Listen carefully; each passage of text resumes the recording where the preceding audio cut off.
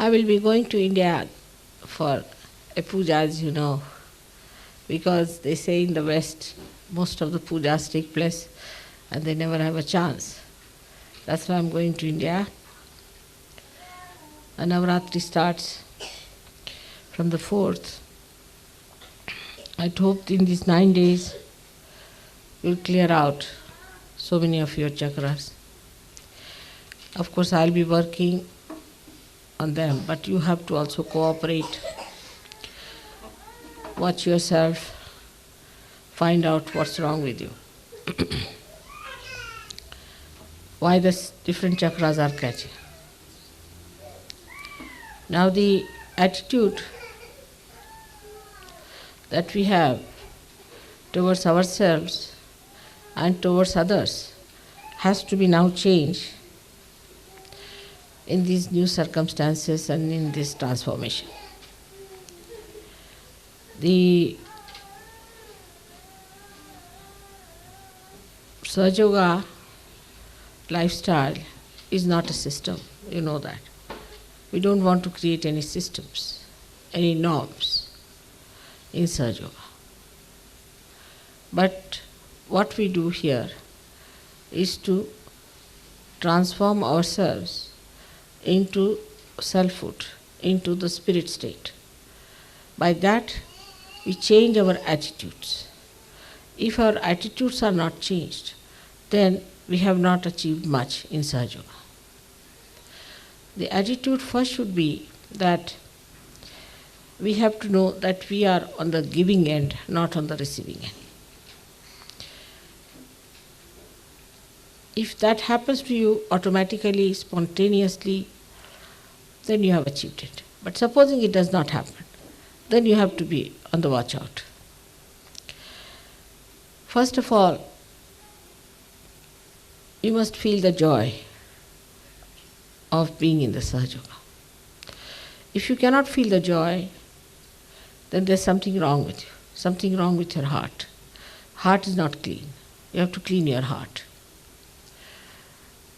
If you think of your past all the time, or past of others, then it's a wrong attitude completely. You have to be in the present. And the gloom and unhappiness, all these things are signs that yet you have not become your spirit. The attitude should be, what joy I can give to others, what I have given to others. And the giving is such a great joy that it cannot be surpassed by any other joy. So one has to think, what did I do for others? How did I help others? How much love have I given others? How much understanding I have of others? Unless and until you develop that kind of an attitude, you cannot enjoy life. People think enjoyment depends on others. The atmosphere is bad, I'll be happier in India, not here, very common. It's not so. If you are fully aware that you are the spirit, you can enjoy all the other Sahajogis which are here. So a person who cannot be collective shows that he is yet very much to be developed. It is not how much you have studied, what personality you have got, what kind of education you have had. That's not important. How much you can enjoy in whatever may be the circumstances, that capacity shows your identification with the spirit. You can see me, you have seen my life, how I can adjust myself to any circumstances. 1,001 thing I can do without getting worried about it or upset about it. I'm not saying that you can achieve all that, but still, you should have your ideals before. Now the part where we fail is that we start finding faults with others. This is the worst attitude. That makes you angry because we think you are in charge of everything. I have seen people going on the road, they see, say for example, a funny person passing through, or they find somebody who is not wearing a proper dress, or maybe he is walking in a funny manner, immediately they get angry. As if they are the policemen, as if they are in charge of the road, as if they have to correct the whole world, and as if they are perfect. In Sahaja Yoga, if you try these old tricks, you can never be happy. Here you don't have to see those things. Just close your eyes when you see any defects of another person. Such a person is always an angry person, because he finds the whole world is after his life, or he finds that he has to get after the whole world. One of the two. It's a funny existence. It's a very disgusting, frustrating existence, where you are all the time either angry with others or angry with yourself. This anger goes on multiplying. And once it goes on multiplying, then you become nothing but a mountain of anger. With the slightest touch, you get angry. Then they say this is our conditioning. It's not. This is what you have gathered in this lifetime. It has nothing to do with your previous lives or anything. Nothing to do with your bhoots. Now, this one common thing in the West is, this is my bhoot. As if to have a bhoot is a very big honor. In India, nobody would say that. Nobody would accept they have a bhoot. Because to say you have bhoot means you are a nonsensical person. How could you have a bhoot? That means there's something definitely wrong with you. You're a weak person. There's something missing in you. So one has to understand the attitude towards life is to be like this, that you give others joy, not find faults with others. This attitude has to be completely changed, of finding faults with others. Now, finding faults with yourself is also not necessary, because every day you are changing, every day you are blossoming, every day you are evolving. So it doesn't help to find faults with yourself. Like many people tell me that, Mother, I'm a very miserable creature and I don't know what to do with myself and this and that. And I've been always like this, I've been always an unhappy person. What is the need to be like that? If you have been like this, you have been stupid fool. That's what you have been. By God's grace, you have everything. What is there to be miserable like that? From your childhood, I have been like this. So what? If you have been from childhood, you have been a stupid fool. That's what. It doesn't give you a better place in society if you say it is from my childhood. Get rid of it. So complaining like this all the time, that you see, I'm good for nothing, I'm a failure, I cannot fit into this. We have no norms, I have told you. We have no norms. We have no systems. There's nothing like it should be a Georgian house or it should be a Victorian house, and if it is not, then it is fussy. That's not in Sahaja Yoga. There's no pattern set for Sahaja Yogis. But what is said is that you are the spirit. You are free people. You are yogis. You are kings. Not like these modern kings where even their dress is decided by parliament. You are free. You are free people. Free people to understand what makes you happy and what makes others happy. So respect the freedom of others. To be overpowering on someone, to all the time say, oh, this is it, asking 100 questions, not necessary. I've seen myself, people torture me like this. Like I went to a place, say, there's a lady who comes to look after me, very sophisticated she is. So she'll ask me, Mother, will you sleep on the right side or the left side? I said, I don't know. What? Why was it necessary? No, I would like to know which side I should place the lamp. I said, whichever side you place, I can turn round and put it on. Then she'll ask which side, which soap, which hand you use for the soap. I said, whichever is needed. What is so great? She said, but then I should have put it on the left or the right. I mean, I'm not a machine that I go to the left only. I can go to the right as well. And she pestered my life. I told her that, please, will you please Now do not make me into a computer. Will you please go and leave me alone? I can manage myself. So this kind of a system we don't have. We are not to computerize ourselves. We are free people. This is one thing we forget. We are free people. When we are free, we respect the freedom of others. And we enjoy their freedom as we enjoy our own freedom. This is very important principle of Sahaja Yoga. That you do not put your things onto others.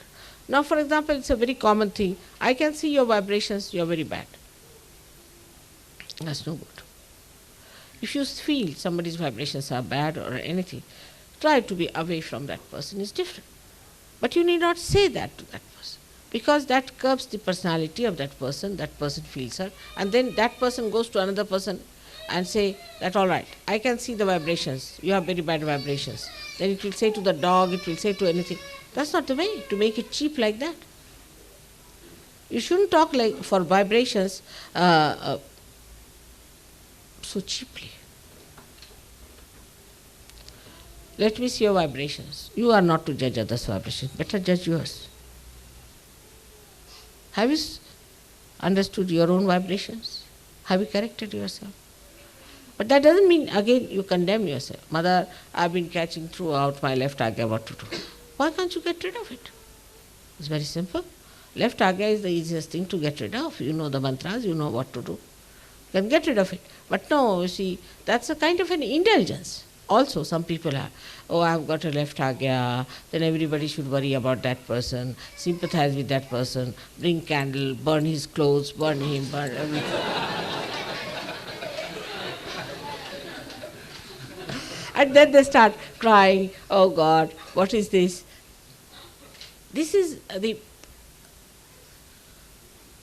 habit which has come from history, I should say, that we have had parents like this, we might have had grandparents like this, we must have had someone like that who and also now we are following their footsteps, and we must have read some novels of that kind where we must have seen some people are all the time miserable and we want to be miserable like them. We might be just trying to become like them. You see, just a miserable creature because I read in a novel that such and such person, like in Wuthering Heights, somebody was a very unhappy person, so I am becoming like that. Now you are not in the times of Wuthering Heights, now anybody is writing about you, nothing. You are a normal Sahaja Yogi. These are all abnormal characters which are being painted just for you to see these are abnormal characters. Now immediately you become identified. So all these identifications are just justification and is nothing but a means of troubling others, that's all. They are so boring, such people are extremely boring. You don't like them, really. People just run away from them because they think these people are all the time bothering us with their own personal nonsensical things or some sort of an identification they have, or they read some book, immediately they become that. How can you become like that? But why can't you become the spirit which you are? All these misconceptions, misidentifications, misappropriations are to be given up. We have to take to reality, we have to take to truth. And truth is joy-giving.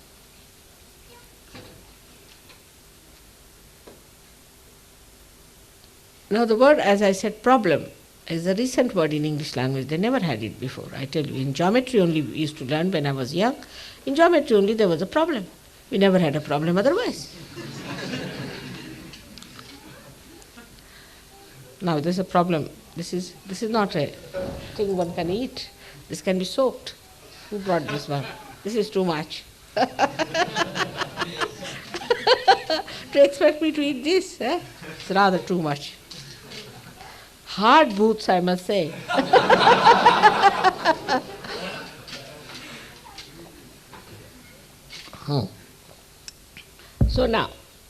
So when we laugh, we should laugh aloud. Open. We are free people. Now there should not be a laughter which is signed by some Elvis Presley or someone that you should smile like this, only 2 teeth must be seen and this should That's not for surgeries. They are mukt. They laugh, they smile the way they like. But what I find is, so many people, you see, just to show me that they are very happy, are just grinning at me. I say, what's this? Is a bhoot grinning or you are grinning at me? Which one is it? So, you see, it's a natural, spontaneous, bubbling joy that should be seen on the faces of surgeons. Now, if you want to take, say, a simple example, I'll tell you, I went one day climbing up a very high hill with my son-in-law and daughter. And there was a big temple there, so we had to go there. It's called as Palitana.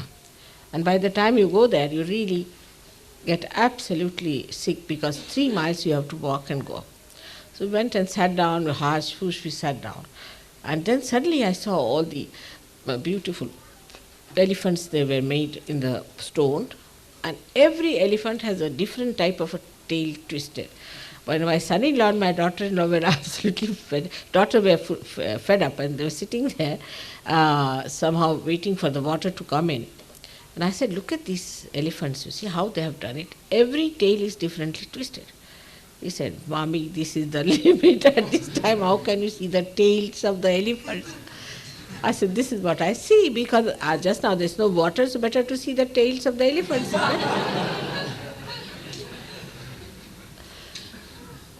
And that's how you feel better, you feel younger, you feel happier, you feel dynamic, you can do 10 things without bothering others. But it's a human nature, I think, to show off that you are extremely unhappy, to gain some sort of a sympathy. That little work you will do, and 10 times you will tell that, oh God, I went down to the shop, and then I climbed up, and then I went to the counter, and then I bought this, and then I had to pay the money, then I had to...